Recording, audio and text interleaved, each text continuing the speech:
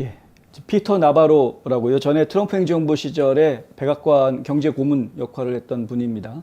굉장히 친트럼퍼로 아주 알려져 있는 인물이고요.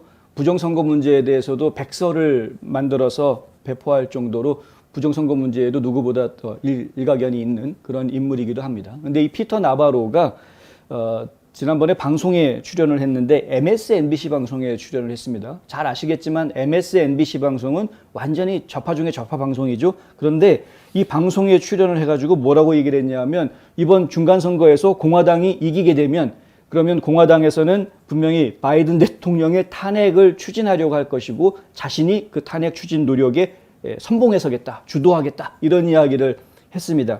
그 말을 하고 나서 바로 하루 뒤에 FBI로부터 기소장을 받게 됩니다. 원래 이 기소장을 받게 된 것은 탄핵 추진한다는 말 때문에 받은 것은 물론 아니고요. 무엇 때문에 기소장을 받게 됐냐면은 하원에서 1월 6일 의회 사태를 조사하고 있는 1월 6일 특별위원회, 이 특별위원회로부터 소환장을 받았는데 그 소환장을 거부했기 때문에 지금 이제 모욕죄가 적용이 된 것이고요. 하원에서 모욕죄를 적용을 해서 지금 법무부에다가 넘겼는데 법무부에 모욕죄 적용해서 넘기고 나서 곧바로 이렇게 기소가 된 그런 상황이라고 볼 수가 있습니다. 두 개의 모욕죄 혐의로 지금 기소가 되어 있는 것으로 알려져 있고요. 나바로는 나프타를 다 폐지하고 미국, 멕시코, 캐나다 협정을 새로 만드는 역할, 그리고 중국에다가 고관세를 부과함으로써 중국과 미국의 경제 불균형을 바로잡으려고 했던 그런 노력들에 트럼프 대통령을 도우면서 가장 측근으로 활약했던 인물 중에 한 명인데 지금 1월 6일 의회 사건, 결국은 이제 대통령 선거 결과를 뒤집으려고 하는 트럼프 대통령의 음모다라는 쪽으로 몰아가려고 하는 이 특별위원회의 소환장을 거부했다라는 것으로 지금 발목이 잡혀 있는 그런 상황입니다. 뭐 나바로만 이렇게 문제가 있는 것이 아니죠. 많은 사람들이 문제가 되어 있는데 심지어는 공화당의 케빈 맥카티 원내대표까지 이건 뭐 하원에서 이 특별위원회를 만들어 가지고 운영을 하면서 같은 하원의 야당 대표까지 지금 소환장을 발부해 가지고 증언대에 서라, 안 쓰면은 모욕죄로 다스리겠다고 이렇게 윽박을 지르는 것은 정말 전례가 없는 일입니다. 이건 뭐 같은 정치밥 먹고 있는 사람들 사이에서 예의조차 없는 행동인데 이렇게까지 극랄하게 하는 모습들 저희가 지금 어떻게 해야 될지 참 걱정이 된다 하는 것이고요. 계속해서 지켜봐야 되겠습니다만은 어쨌든 선의의 피해자들이 좀 최소화될 수 있게끔 저희가 좀 염원하고 기원해야 할 것 같습니다. 한편 또 하원 특별위원회에서는 다음 주 목요일 6월 9일입니다. 다음 주 목요일에 공개 청문회를 갖겠다라고 이야기하고 있습니다. 잘 아시겠지만 지금 이제 이 특별위원회가 9명으로 구성이 되어져 있습니다. 처음에는 10명으로 만들자라고 이야기를 했었습니다. 낸시 펠로시가. 공화당 5명, 민주당 5명, 10명으로 만들자. 초당적인 위원회를 만들자. 이렇게 이야기를 했던 것이었죠.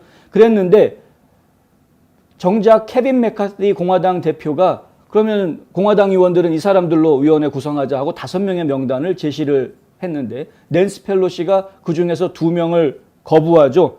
2명을 콕 찍어서 거부를 하죠. 그러니까 케빈 맥카티 원내대표는 공화당 의원 5명 다 안 받으면 우리는 참여하지 않겠다. 이렇게 보이콧을 해버렸습니다. 그런데 낸시 펠로시가 이 리츠 체니하고 그 다음에 아담 킨징거 2명한테 개인적으로 따로 연락을 해서 위원회에 참여해달라라고 이야기를 했고요. 이 2명의 라이노 의원들은 당장 오케이 하고서는 이 1월 6일 위원회에 참여했습니다. 둘 다 워낙에 반 트럼프였기 때문에 트럼프 전 대통령을 어떻게 해서든 끌어내리려고 하는데 앞장서겠다라고 작정했던 것이었고요. 그리고 나서 공화당 쪽에서는 전면 보이콧을 했습니다마는 민주당 쪽에서 나머지 의원들을 채워 넣어가지고 9명의 위원으로 해서 위원회를 구성을 합니다. 완전히 민주당 위원회라고 보시면 되는 거고요.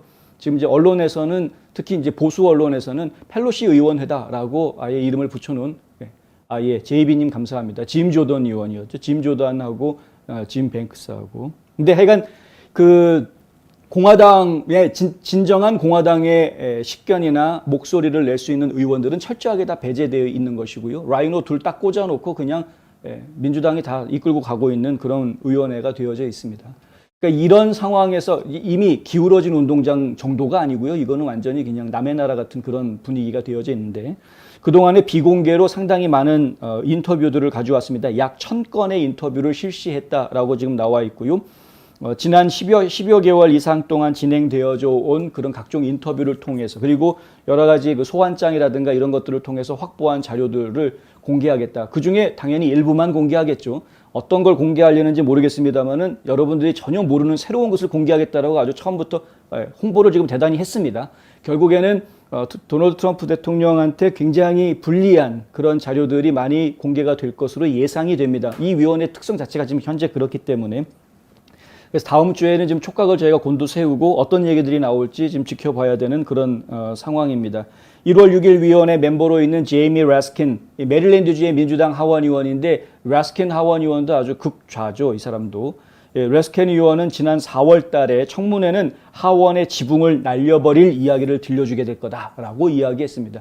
하원의 지붕을 날려버릴 정도로 아주 폭발적인 엄청난 이야기를 들려주겠다 그랬는데 도대체 뭔 얘기를 하려고 하는지 하여간 지켜보겠고요. 기도해 주시기 바랍니다.